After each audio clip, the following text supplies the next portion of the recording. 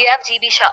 So he was the only writer to receive both Nobel and Oscar. Correcta? He was an Irish. And இவர்கிட்ட பிடிக்காத விஷயம் எல்லாரும் என்ன சொல்றதுன்னா he was a man of plagiarism. ஏன்னா வெர்ஜில்ஸோட ஏனியட் கிட்ட இருந்து எடுத்திருக்காரு, டோபியாஸ் ஸ்மாலட்டோட பெரிகிரீன் பீக்கிள்ல இருந்து எடுத்திருக்காரு, ஓவிடோட மெட்டமார்போசிஸ்ல இருந்து எடுத்திருக்காரு, வாட் நாட் அப்படின்னு இருக்கும். கைடி மேப்பர்சாண்ட் அவரோட ரஷ்யன் ரைட்டர், அவரோட ஒர்க்ல இருந்து எடுத்திருப்பாரு. அதே மாதிரி ஆண்டன் செக்கவ் அவரோட ஒர்க்ல இருந்து எடுத்திருப்பாரு ரஷ்யன். அகெயின் நிறைய பேர்கிட்ட இருந்து நிறைய தீம்ஸ் காப்பி பண்ணி எழுதியிருப்பாரு. யூனோ சம்திங், இவரோட இனிஷியல் பிகினிங் கரியர்ல கிட்டத்தட்ட 17 இயர்ஸா ஒரு மேகசினுக்கு இவர் டெய்லியும் ஸ்டோரி எழுதுவாரா. It was completely rejected. ரொம்ப ரொம்ப ரொம்ப ரிஜெக்ட் ஆகிட்டே இருக்கும். ஒரு நாள் கூட இவரோட எந்த ஸ்டோரியுமே அப்ரூவ் ஆகல for a particular English magazine. ஆனா 17 years he didn't give up anywhere. அதுக்கப்புறம் தான் Pygmalion, it was extreme success. இன்னும் த்ரூ அவுட் இப்போ வரைக்குமே லிட்ரேச்சர்ல he was the only person to receive both Oscar and Nobel. இப்போ வரைக்கும் இவரோட இந்த விஷயத்தை யாருமே பீட் பண்ணல, கம்ப்ளீட் பண்ண முடியல. ஸோ செவரல் அட்வர்சரிஸ் இவர் ஃபாலோ பண்ணாரு. 17 இயர்ஸ் ஆஃப் ரிஜெக்ஷன். ஓகே, இவரோட ஒர்க்ஸ் எப்படி பிரிச்சிருக்காங்கன்னா பிளசன்ட் அண்ட் அன்பிளசன்ட் பிளேஸ்ன்னு பிரிச்சிருப்பாங்க. அண்ட் இவரை பொறுத்த வரைக்கும் என்னன்னா சோஷியல் ரியாலிட்டி அப்படியே காமிச்சிருப்பாரு. கிட்டத்தட்ட ஒரு ரியலிஸ்டிக் போர்ட்ரே இருக்கும். அந்த ரியலிசம் மாதிரி காமிக்கிறதுனால தான் he was deeply influenced by which Norwegian writer? Norway. எந்த writer? Realism and drama.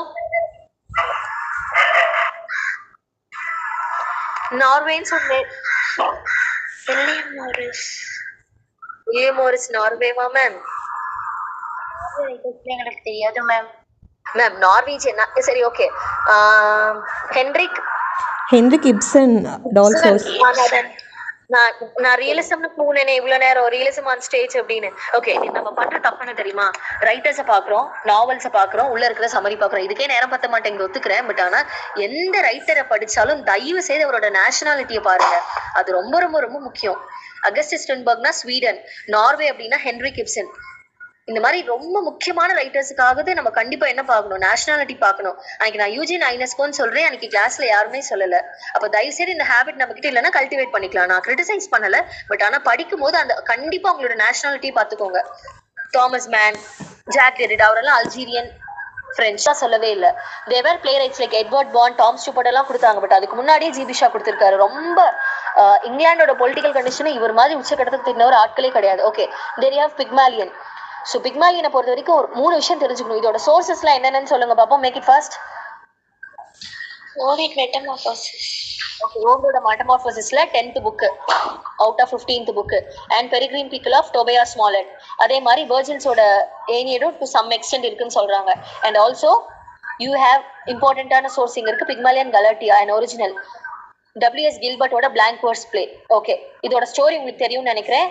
Two gentlemen, Professor Higgins, he was a scientist of phonetics, and followed by Colonel Pickering, who is a linguist of Indian dialect. ரெண்டு பேரும் ஒரு கேர்ளை பாக்குறாங்க who was actually a flower selling girl.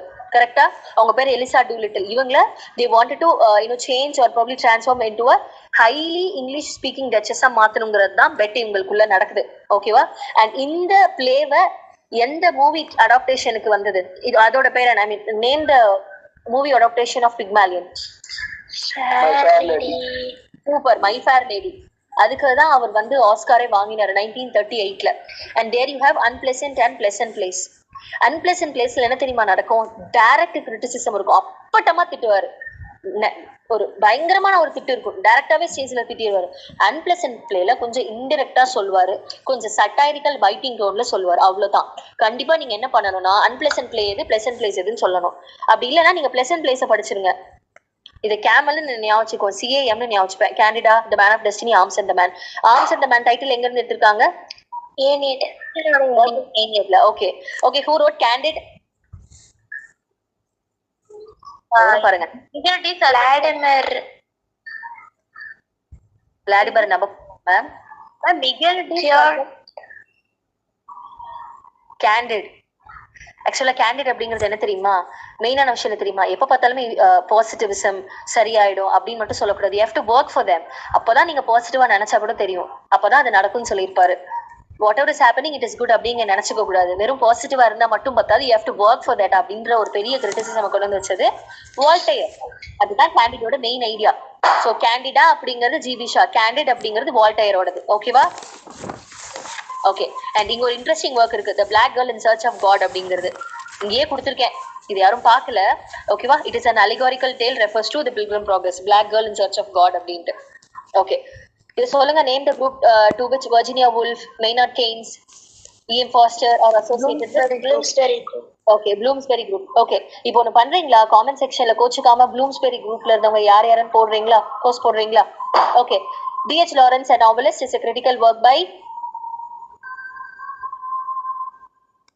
F.R. Ulysses.